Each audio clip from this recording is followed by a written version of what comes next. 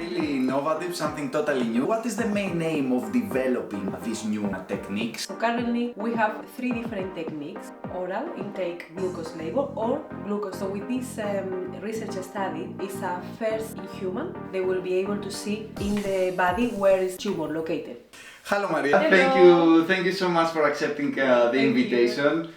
We have so many interesting things to discuss and I was really looking forward to it. First of all, can you tell us a few things about yourself? Yes, thank you very much. Γεια σου Δημήτρη.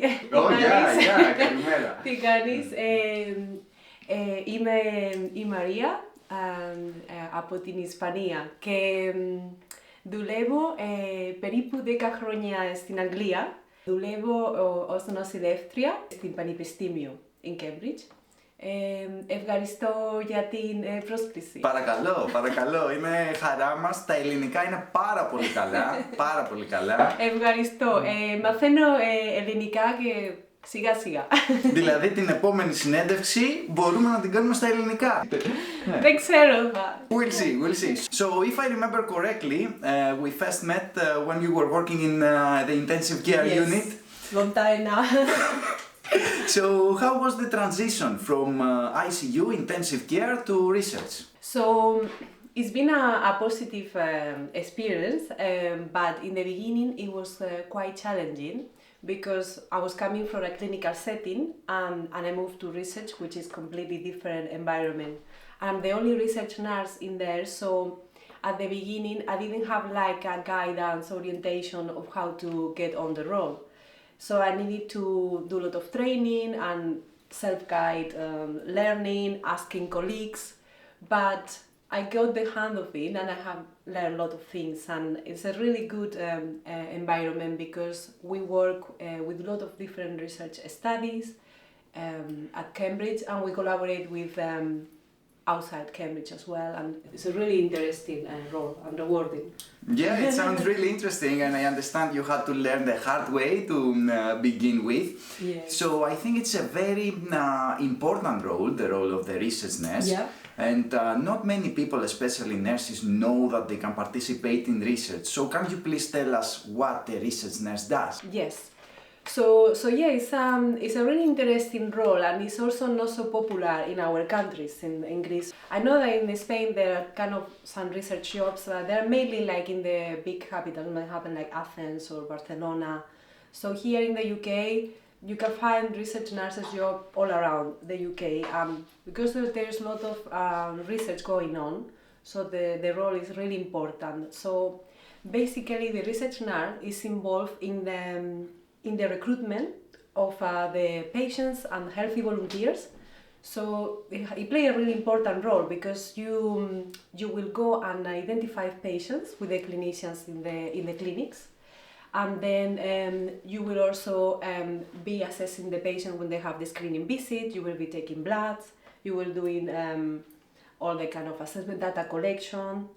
We also take part in events when you will be like promoting the research and talking to public what the research you are doing, and they will be accompanied the patient and the volunteer in the visits and in the different, even when the study is finished, they have any questions, they will also contact doctors and nurses, but the nurse is really involved in the whole recruitment setting.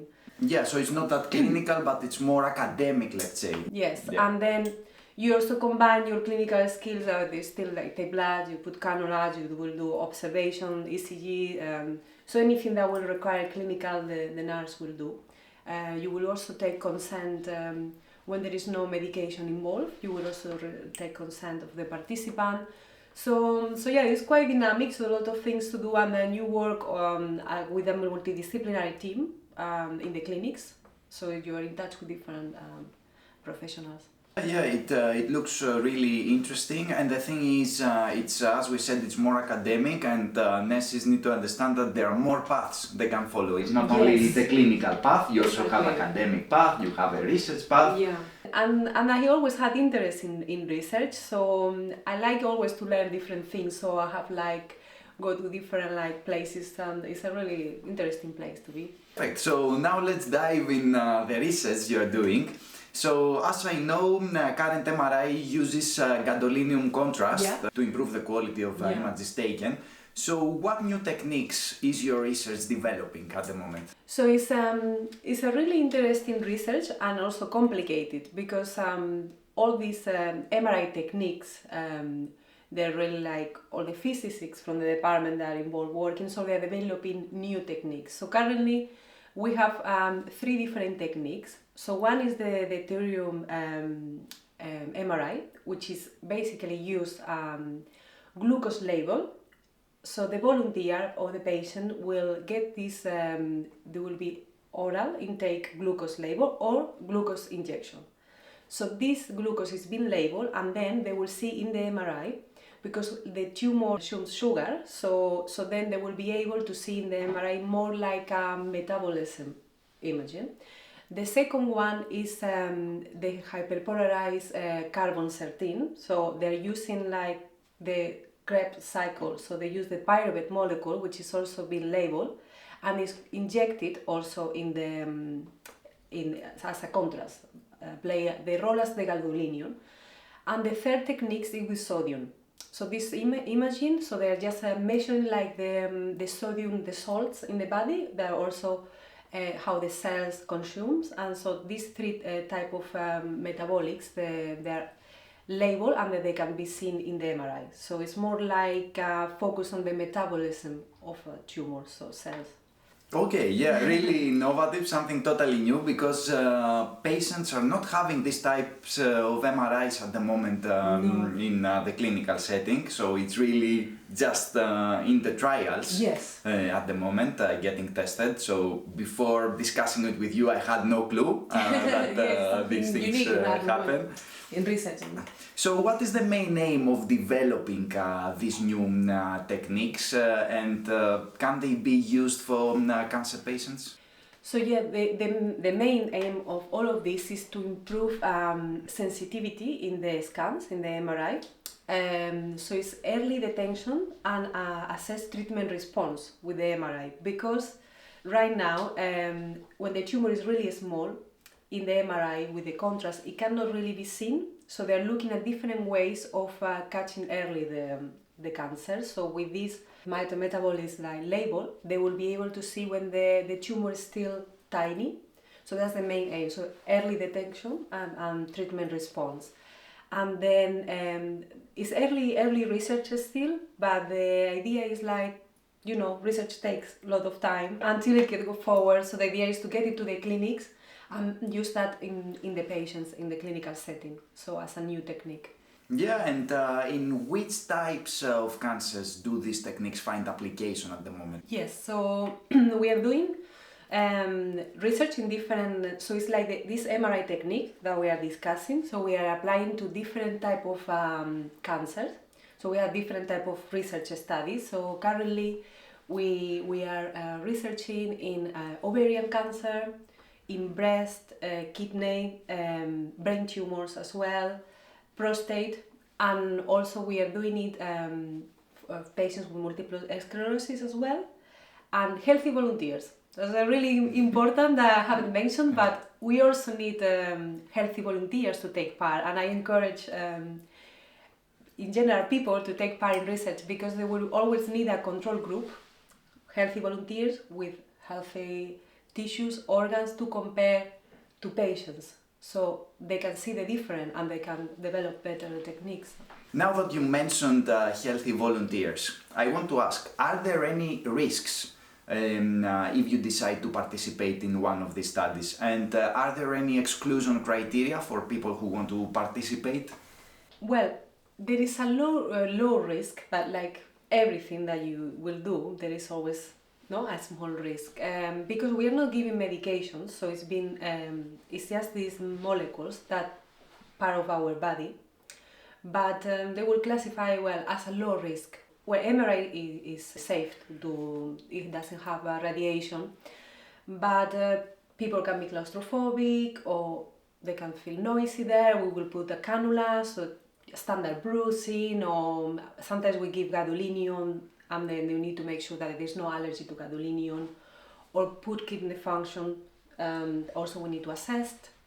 And then basically the exclusion criteria of the study, if participant has a metal, so if has a pacemaker, will be like exclusion criteria. They need to be able to give consent with the 18-year-old.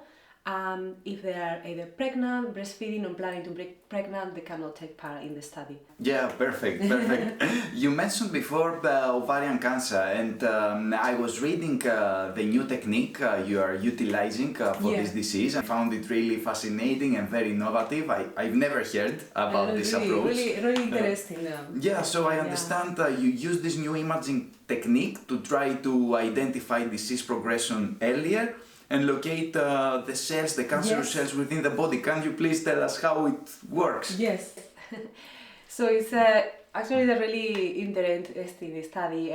So before I start working on that, I knew limited about ovarian cancer, even though it's a common one that's happening lately. But so this study is really interesting because currently there is no targeted treatment for ovarian cancer like there is for prostate or for other studies. So then the patients have reported having symptoms and being diagnosed late with the ovarian cancer, because the symptoms that they get, they get confused, the doctor, like they have like menopause symptoms, abdominal bloatiness, and then when they have taken the CA-125 blood test, the levels came really high, so it was like they were diagnosing ovarian cancer through that. So with this research study, it's a first in human, so it's quite exciting. They want to recruit 10 participants with ovarian cancer. So the aim of the study is, with this new imaging technique, to combine PET and MRI, a full body PET MRI scan.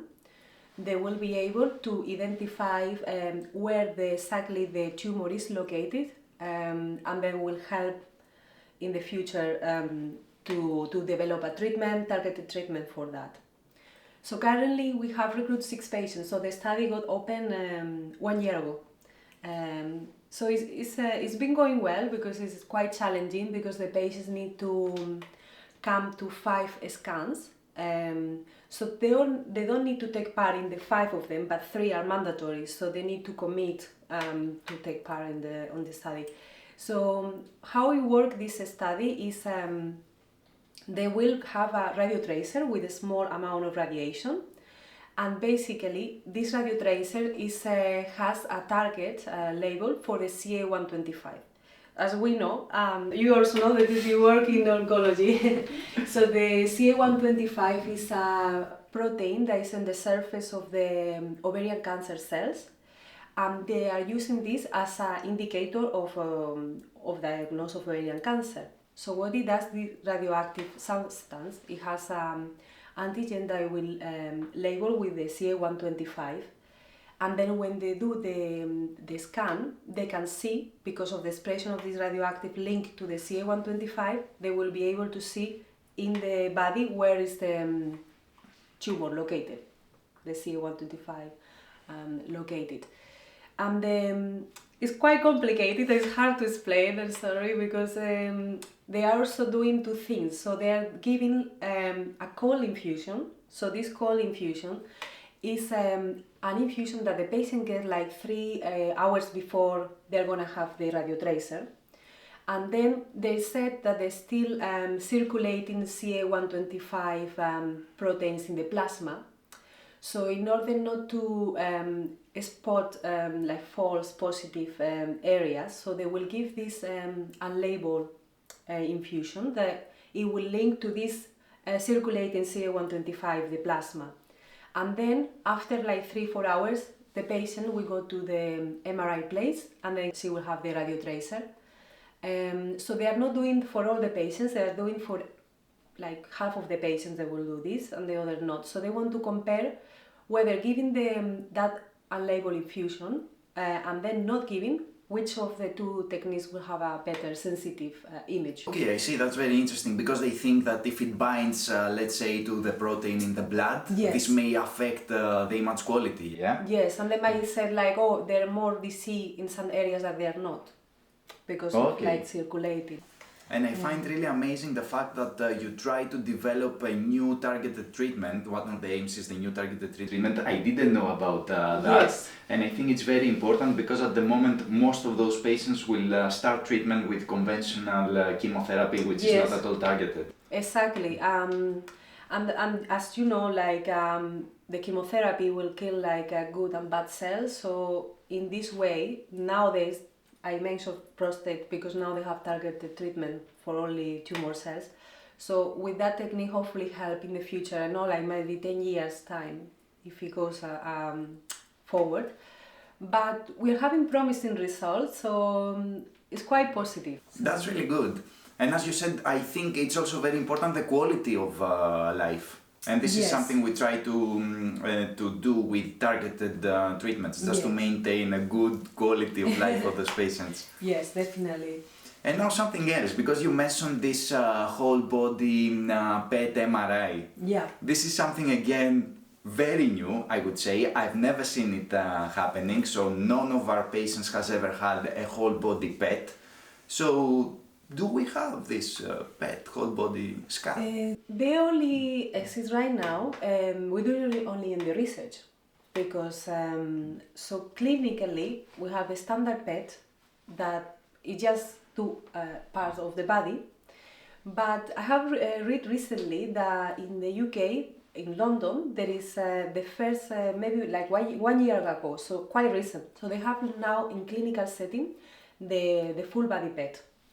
But there are promising news that they're going to bring it in the next coming year to Cambridge Hospital. So this will help with a lot of research study, clinical study, because in only one scan, you scan the full body and then you can see less radiation for patients. So if they need to scan different organs.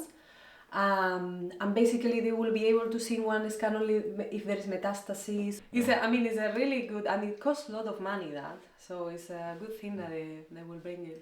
That's great, yeah, I think it's going to be a really good investment from the hospital. And now I want to ask you something about this radio tracer.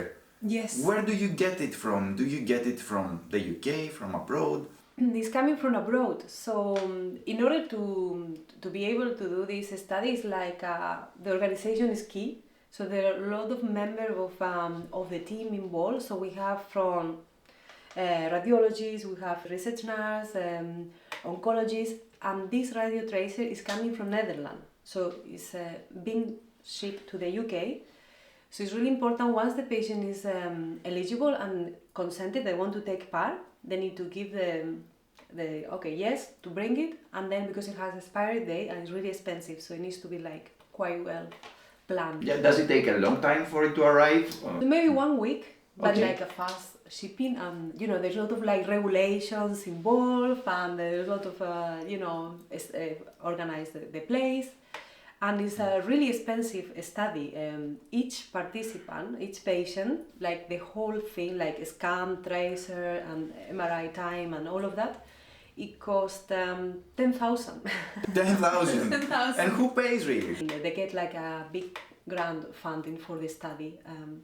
Yeah, hopefully we'll finish the patients. Excellent, because it's quite a lot of money for somebody to pay out of their own pocket, yeah? This is from the grants money from research. Perfect, and one last question really, because all these approaches and techniques are really innovative, new, and the results and benefits are not established. How willing are patients to participate Yes. in the studies? Yeah, it's difficult, I will say, but it changes. It depends of the type of study, because the type of the disease. For example, when I go to recruit patients with glioblastoma, with a brain tumor, it's more difficult to recruit because the patients they go through a lot of appointments, they go through treatment. The life prognosis is 18 months, a lot of things going on, but overall, like, they have treatment, that they go through several appointments, they still are willing to take part because they know that they are not having a direct benefit to them because this is studies for the future, but they want to help the next generations. For instance, kidney and prostate patients, they don't have like such a severe prognosis, so they're easy in a way to participate because they will have another appointment and they will come for the MRI. Ovarian patients as well, they're going through chemotherapy, they feel nauseous, but you know, it's amazing, like despite of going through a lot and they are not benefit directly themselves, they want to take part and they're quite generous, you know. Yeah, I think really it's like, generosity at the highest level. Not everyone can do that. And they always think like it might not help me, but it will help future generations. So I found it always really like kind and nice. Yeah, because if you think about it, many treatments we receive today are because of research that happened a few years ago, a few decades ago. Exactly. So it's very important. We need to. It's like a chain. We all need to like collaborate and help for future. So. Exactly. Yeah. Thank you so much for the interview. It was amazing. Ευχαριστώ πάρα πολύ. Ευχαριστώ και εγώ. And hopefully we may do another interview soon.